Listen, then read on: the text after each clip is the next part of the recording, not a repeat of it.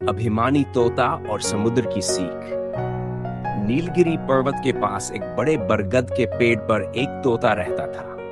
वह बहुत घमंडी था और हमेशा अपनी उड़ान के बारे में डींगे मारता रहता था। एक दिन उसी पेड़ पर कुछ बगुले आकर बैठे। वे बहुत दूर से उड़कर आए थे और अपनी लंबी यात्रा के बारे में बातें करने लगे।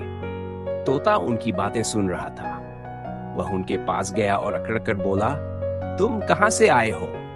एक बगुले ने जवाब दिया, हम सुनहरी घाटी से आए हैं। तोता हंसते हुए बोला, अरे सुनहरी घाटी तो बहुत पास है, मैं तो रोज सुबह शाम वहां उड़कर जाता हूं। सभी बगुले एक दूसरे का मुंह देखने लगे, क्योंकि सुनहरी घाटी से नीलगिरी तक की उड़ान बहुत थका देने वाली थी।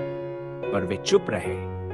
तोते ने उनकी चुप्पी देखकर और भी अहंकार से कहा, मुझ जैसा उड़ाकू कोई नहीं, चाहे जितना भी मुकाबला कर लो, मैं हर किसी को हरा दूंगा।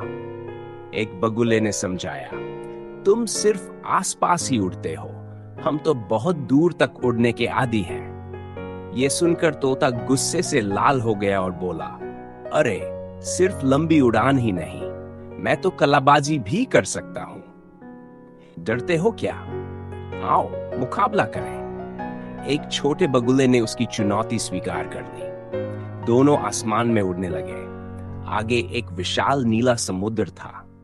तोते ने कुछ करतब दिखाए, पर बगुला धीरे धीरे स्थिर उड़ान भरता रहा। थोड़ी देर बाद तोता थक गया। चारों तरफ सिर्फ पानी ही पानी था, कोई पेड़ या जमीन नहीं दिख रही थी। उसकी उड़ान धीमी हो गई और वह नीचे गिरने लगा। उसे लगा कि अब उसका अंत निश्चित है। डर के मारे तोते ने बगुले से गिड़गिड़ाकर मदद मांगी। बगुला दयालु था। उसने तोते को अपनी पीठ पर बैठा लिया और सुरक्षित वापस पेड़ पर ले आया। अब तोते को अपनी गलती का एहसास हुआ। उसने बगुलों से माफी मांगी और वादा किया कि वह कभी अभिमान नहीं करेगा। दोस्तों, इस कहानी से हमें यह सीख मिलती है कि घमंड इंसान या पक्षी का सबसे बड़ा दुश्मन होता है। विनम्रता और दूसरों की मदद करना ही सच्ची विजय है। कहानी पसंद आई तो लाइक, शेयर और सब्सक्राइब जरूर करें।